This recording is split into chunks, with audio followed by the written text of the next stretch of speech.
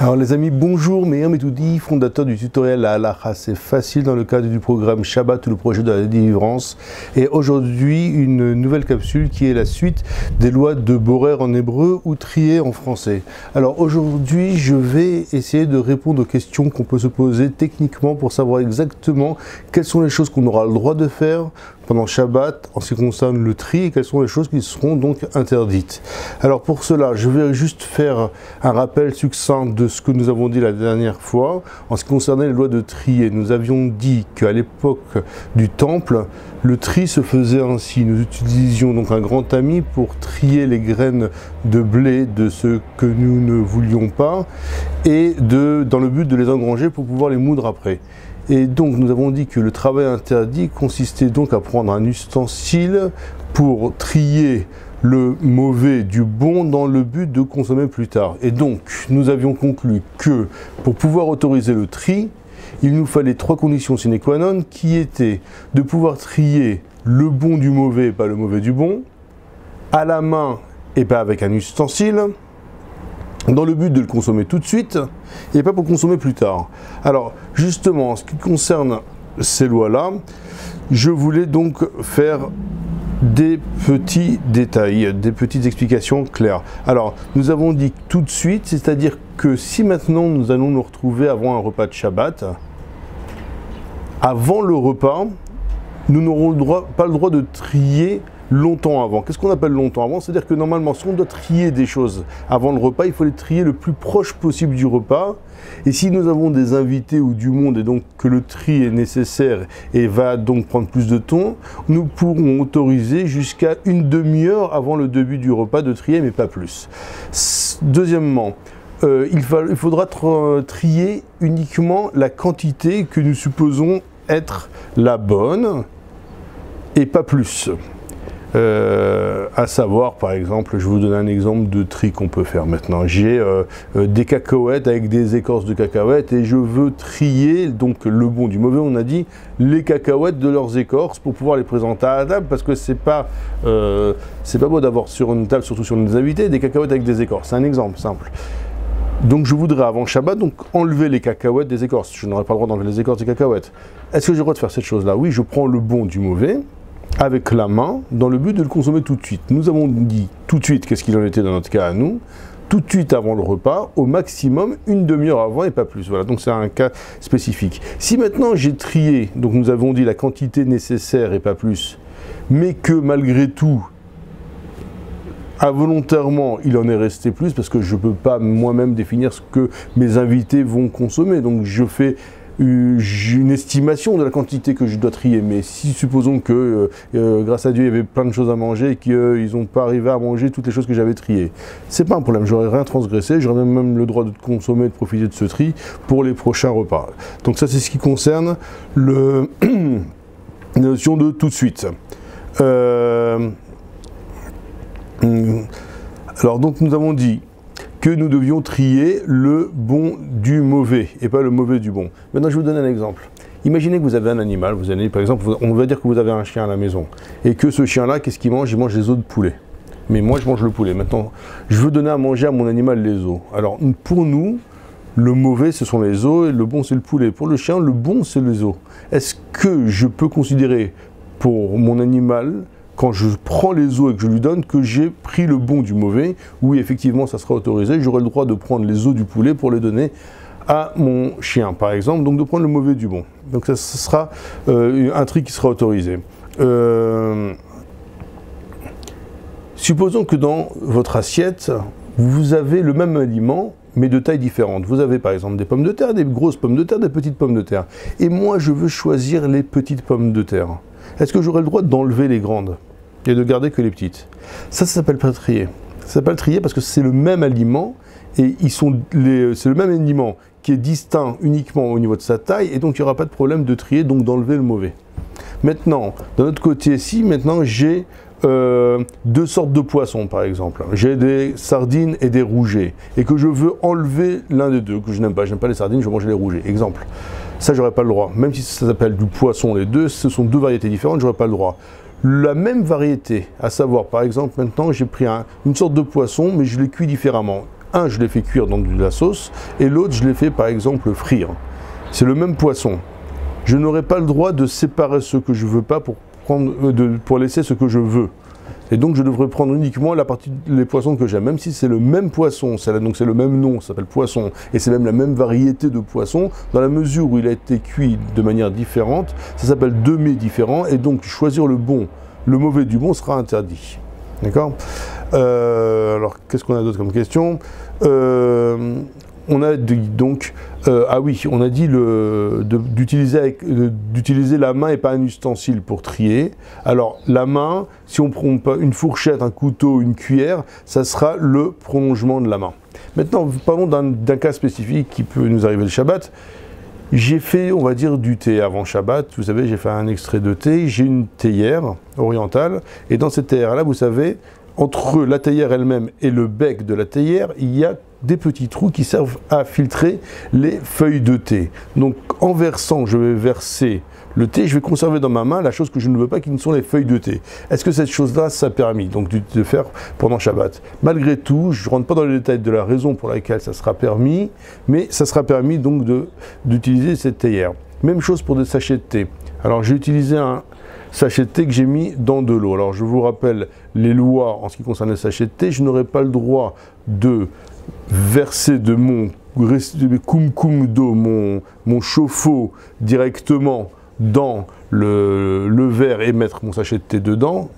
Et a fortiori que je n'aurai pas le droit de verser sur le sachet de thé, mais je devrais, une fois que j'ai versé dans mon verre d'eau, mettre le sachet de thé dans un deuxième verre, et j'aurai le droit de verser de ce verre-là sur le sachet de thé, ou bien de verser donc dans le deuxième verre et de mettre mon sachet de thé dedans. Donc regardez, vous avez le koum d'eau, le réchaud d'eau, qui s'appelle, ce qu'on appelle en français, en hébreu, Keli Rishon, le premier réceptacle. Nous avons le verre qui est Keli Sheni, et nous avons le deuxième verre qui est Keli Shlishi. 1, 2, 3.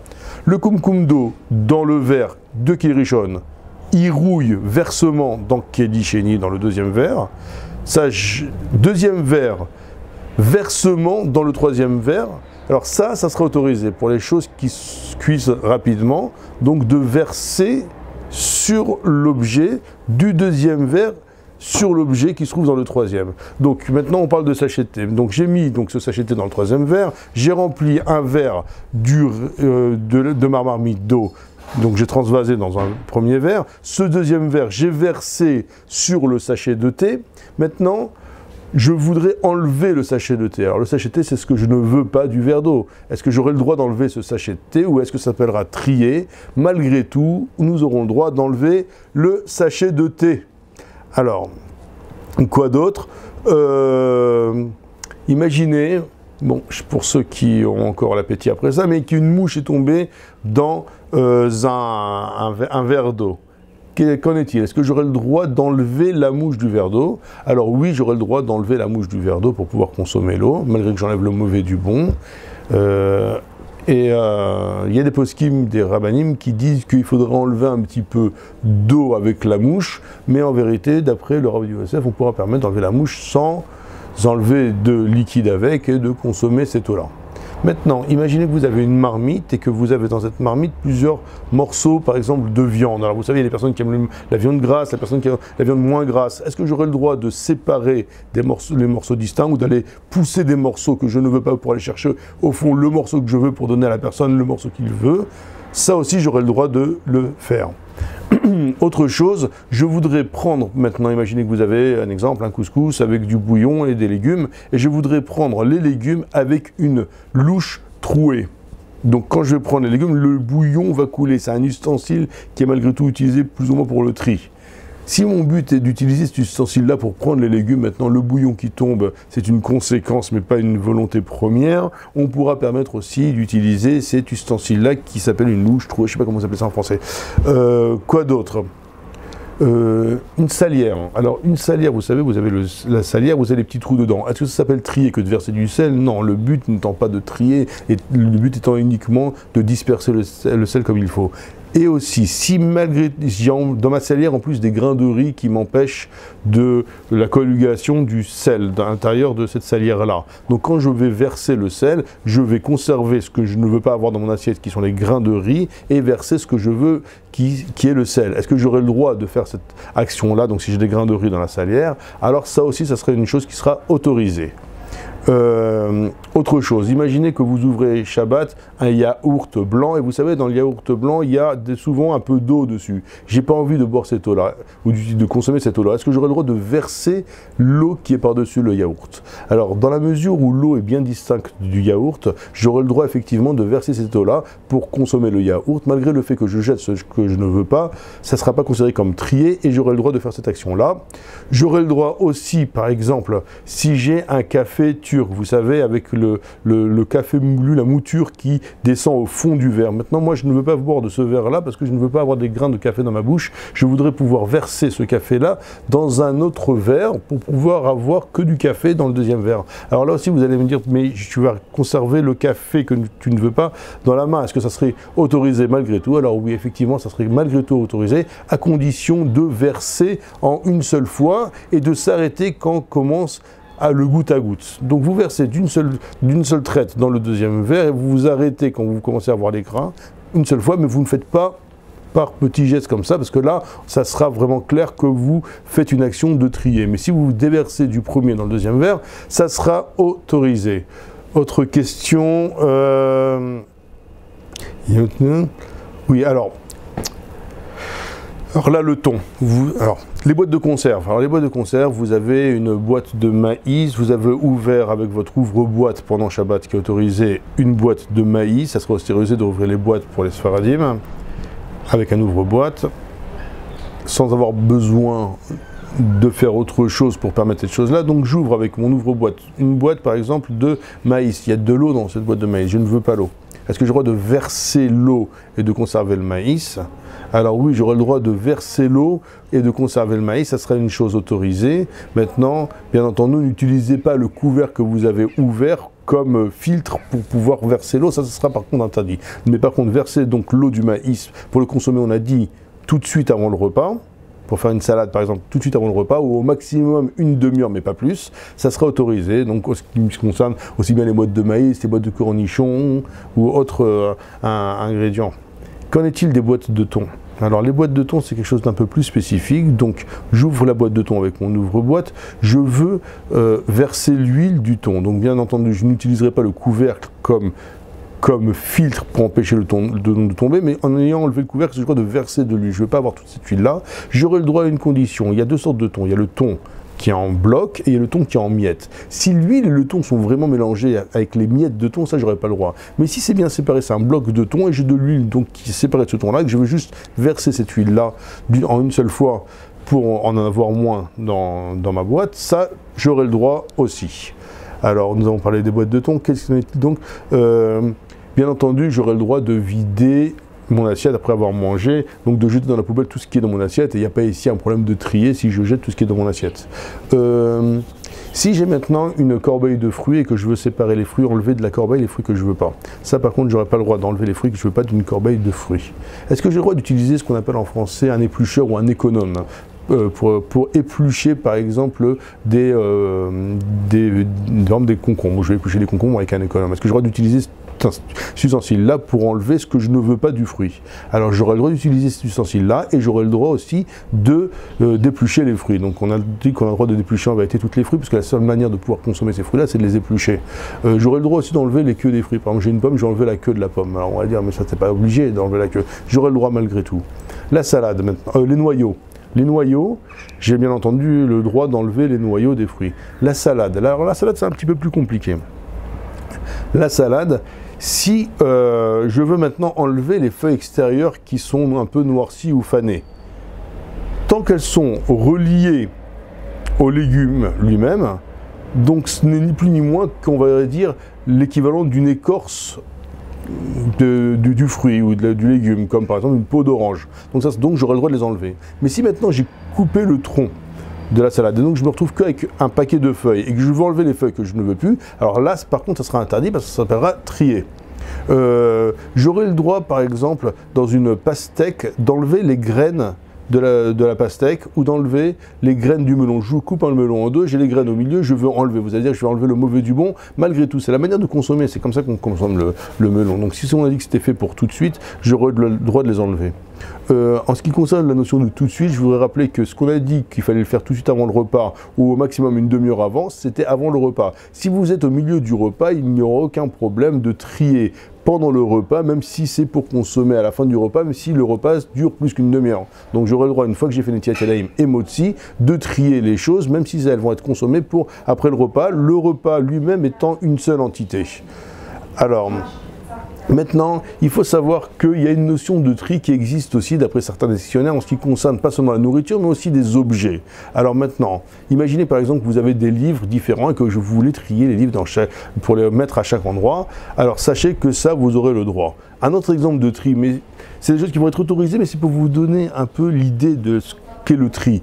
Imaginez que vous avez un trousseau de clés et que vous voulez maintenant enlever de ce trousseau-là la clé de la maison. Imaginez que vous avez des clés de voiture, vous ne voulez pas vous promener avec les clés de voiture, on parle dans un endroit où il y a un hérouve, qu'on a le droit de porter, bien entendu. On ne va pas sortir avec des choses dans la poche, dans la rue, dans un endroit où on n'a pas le droit de porter. Mais dans un endroit où on aurait le droit de porter. J'ai maintenant un trousseau de clés, j'ai l'alarme de la voiture, j'ai la clé du magasin, j'ai la clé de ce que vous voulez, j'ai la clé de la maison aussi. Je ne vais pas sortir avec toutes ces clés, malgré tout, ça serait quand même permis de sortir avec toutes ces trousseaux de clés, malgré qu'il y ait dedans des clés que je ne veux pas, si la chose principale, la clé qui est la plus importante pour moi, est la clé de la maison. Donc je voudrais sortir maintenant avec cette clé. J'ai le droit d'enlever de ce trousseau de clés la clé de la maison, même si je vais prendre le bon du mauvais, mais pas pour utiliser tout de suite, parce que je vais sortir et utiliser cette clé bien plus tard. Malgré tout, il n'y a pas un problème de temps en ce qui concerne le tri des objets, donc ça serait la raison pour laquelle j'aurai le droit de sortir la clé de la maison de l'autre trousseau de clés. Autre exemple, pour vous donner un petit peu des idées en ce qui concerne le tri, des couverts, j'ai fini de manger, on a lavé la vaisselle, et maintenant j'ai un endroit où j'ai mis tous les couverts, et je voudrais prendre les couverts pour les remettre dans les tiroirs. Les fourchettes dans l'endroit des fourchettes, les cuillères dans l'endroit des cuillères, les couteaux dans l'endroit des couteaux. Est-ce que j'ai le droit de faire cette chose-là? J'aurai le droit aussi de le faire. Attention, vous savez qu'en ce qui concerne, entre guillemets, par exemple, à partir de la Seuda Shlichit, donc le troisième repas, après avoir consommé la Seuda Shlichit, dans la mesure où je n'ai pas besoin de ces couverts pour un autre repas après, je n'aurai pas le droit ni de les laver, ni a fortiori de les ranger, entre guillemets. Autre exemple, imaginez maintenant que vous savez, en Israël, souvent on utilise des espèces de nappes en plastique sur lesquelles on fait le repas de Shabbat. C'est très pratique, une fois que vous avez fini de manger, vous prenez toute la nappe, vous jetez toute la nappe avec les saletés qui sont dessus. Imaginez maintenant que vous avez oublié une salière, par exemple, dans cette nappe en plastique, vous la jetez à la poubelle. Donc dans cette nappe, il y a des saletés et il y a la salière. Est-ce que j'aurai le droit de prendre la salière de la poubelle? Oui, j'aurai le droit. Ça ne s'appellera pas donc trier, même si je ne compte pas utiliser la salière tout de suite. Autre exemple, vous marchez dans la rue et vous trouvez dans une poubelle un feuillet qui parle de la paracha de la semaine, par exemple. C'est donc quelque chose de sain et vous ne voulez pas le voir traîner dans la poubelle, vous voulez pouvoir le prendre pour pouvoir le mettre dans un endroit comme une gnisa. C'est l'endroit où on dépose tous les objets de culte que l'on n'utilise plus. Une gnisa, ça va être enterré plus tard. Je voudrais sortir donc ce feuillet de cette poubelle, ou par exemple des lanières de téphiline. Parce que vous allez dire le feuillet, mais je peux l'utiliser pendant Shabbat en le lisant. Mais des lanières de téphiline que je n'utilise pas ce Shabbat qui ont été jetées dans une poubelle. Je voudrais prendre ces lanières de téphiline pour pouvoir les mettre dans la gnisa. Est-ce que j'aurai le droit de les prendre alors que je ne vais pas les utiliser tout de suite ou que je ne vais pas les utiliser jamais? Oui. Pour quelle raison j'aurais le droit de faire ces choses-là? Parce que l'utilisation, c'est la sanctification de la chose. Je ne veux pas que cette chose-là reste dans un endroit impropre à la sainteté de cet objet-là. Donc en enlevant dans la poubelle, en vérité, j'ai déjà fait l'utilisation que je voulais, qui est d'enlever quelque chose de sain dans un endroit qui ne l'est pas. Donc ce sera la raison pour laquelle on pourrait remettre. Toutes ces choses-là, c'est des choses que vous n'allez pas forcément avoir l'occasion d'utiliser, mais c'est juste pour comprendre l'essence et l'idée de la loi. Autre idée, autre halachot, un truc un peu plus un peu plus spécifiques.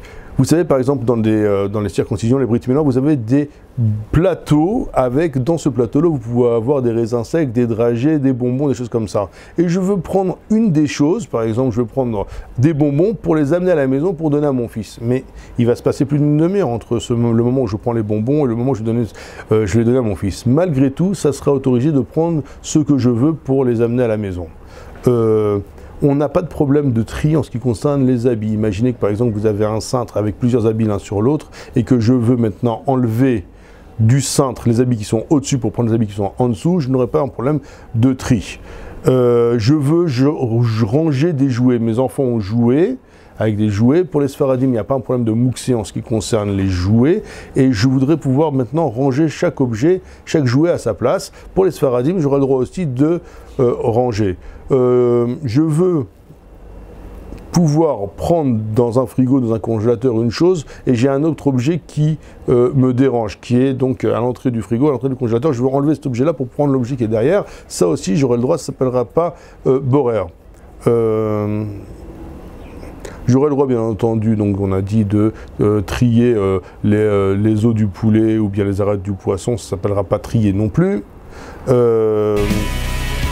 Voilà, je pense que nous avons plus ou moins fait le tour des lois de tri. Les personnes qui auraient d'autres questions spécifiques peuvent me contacter donc par WhatsApp, par Facebook, par Internet, sur le site mehametoudi.com.